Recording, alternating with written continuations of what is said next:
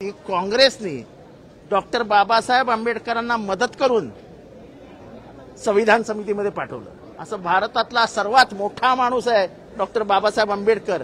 म्हणून इतिहास विसरायला लावू नका, इतिहासच तुम्हाला सगळं सांगून जातं। संविधानावरती पहिली टीका कोणी केली?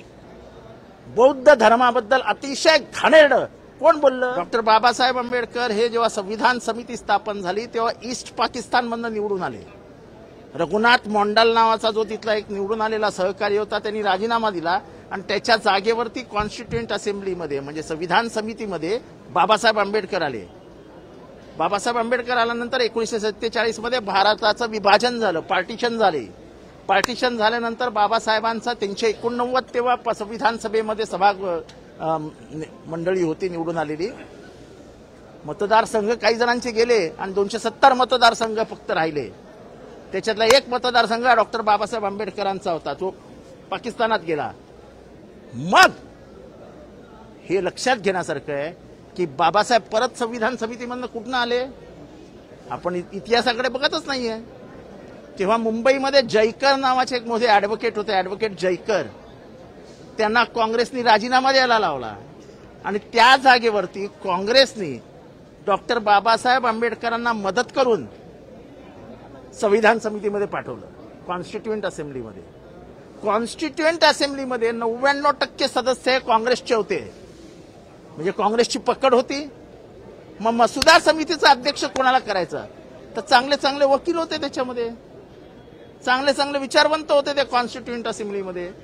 पण नेहरू आणि गांधींनी एकत्र येऊन ठरवलं की ज्याने शोषण अनुभवलंय, जो शोषितांचं प्रतिनिधित्व करू शकतो, त्यांचं दुःख जाणतो, असं भारतातला सर्वात मोठा माणूस आहे डॉक्टर बाबासाहेब आंबेडकर, जे शाहूंनी 1920 साली सांगितलं होतं।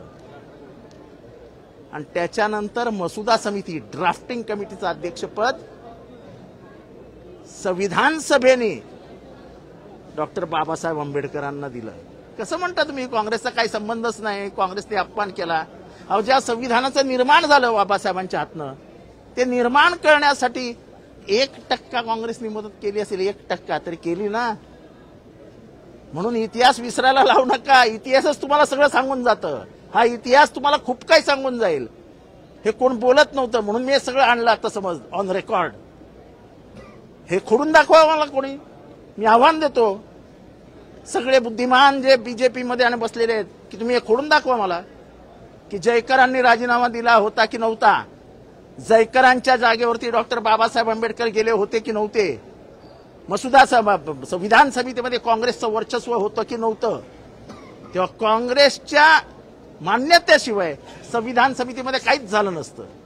पहिल्या काँग्रेसने घेतलं। विरोधी विचारांचे असले तरी भारताला स्वातंत्र्य मिळालंय, आपण सगळ्यांनी पहिल्यांदा एकत्र आलं पाहिजे, हा भाव काँग्रेसचा होता। त्यामुळे काँग्रेसची विचारधारा ही या भूमीची विचारधारा आहे, या मातीची विचारधारा आहे, की तुम्हाला अशी पुसून टाकता येणार नाही। काँग्रेसने बाबासाहेबांना 2 वेळा मानलं असं म्हटलं जाते, पण डॉक्टर बाबासाहेब आंबेडकर हयाती आहे। तुम्ही एका वेगळ्या पक्षाच्या तिकिटावर उभे राहिलात, मी एका वेगळ्या पक्षाच्या तिकिटावर उभा राहिलो, तर तुमची आणि माझी राजकीय लढाई होणार ना। त्याच्यात कोणीतरी जिंकणार, कोणीतरी हरणार। तुम्ही शेड्यूल कास्ट फेडरेशन मधून उभे राहिले होते डॉक्टर बाबासाहेब, ते काही काँग्रेसच्या तिकिटावर नव्हते की काँग्रेसने बंडखोरी केली आत्तासारखी कुठल्या तरी एखाद्या उमेदवाराला उभा केला आणि पाडलं। काही गोष्टी समजून घ्याव्या लागतात। हे आरोप करून समाजामध्ये असे दुराग्रह, असे राग जिवंत करायचे, असं की माझं तुम्हाला विचारणं आहे, 1950 साली संविधानावरती पहिली टीका कोणी केली? मला सांगा। डॉक्टर बाबासाहेब आंबेडकरांनी बौद्ध धर्म स्वीकारला। बौद्ध धर्माबद्दल अतिशय घाणेरडं कोण बोललं? आता मी हे बोललो तर एक नवीन वाद महाराष्ट्रात तयार व्हायचा। पण मग इतिहासाची पानं म्हणून तुम्हाला लोक सांगतात विसरून जा, विसरून जा, ह्याच्याकडे लक्ष देऊ नका। नाही, इतिहास तुम्हाला बरंच काही सांगून जातो। संविधानाबद्दल आक्षेप कोणी घेतला 1950 मध्ये? तिरंगा आम्हाला मान्य नाही हे कोणी सांगितलं? आमच्या संविधानाला मनुस्मृतीचा स्पर्श झालाच पाहिजे हे कोणी सांगितलं? आम्ही सांगितलं। पण लोक तुम्हाला विसरायलाच लावायचंय लोकांना. तुम्ही काय लक्ष देऊ नका असल्या गोष्टींकडे. ह्याच्याकडे लक्ष द्या. मनुस्मृती हे आमचं संविधान आहे असं जाहीररित्या सांगणारा कोण होतं? आपण विसरायचं काय सगळं?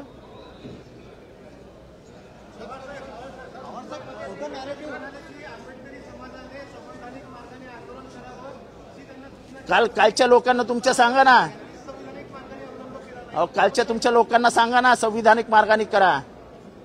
संविधानिक मार्गानेच बीडचं प्रकरण झालं ना.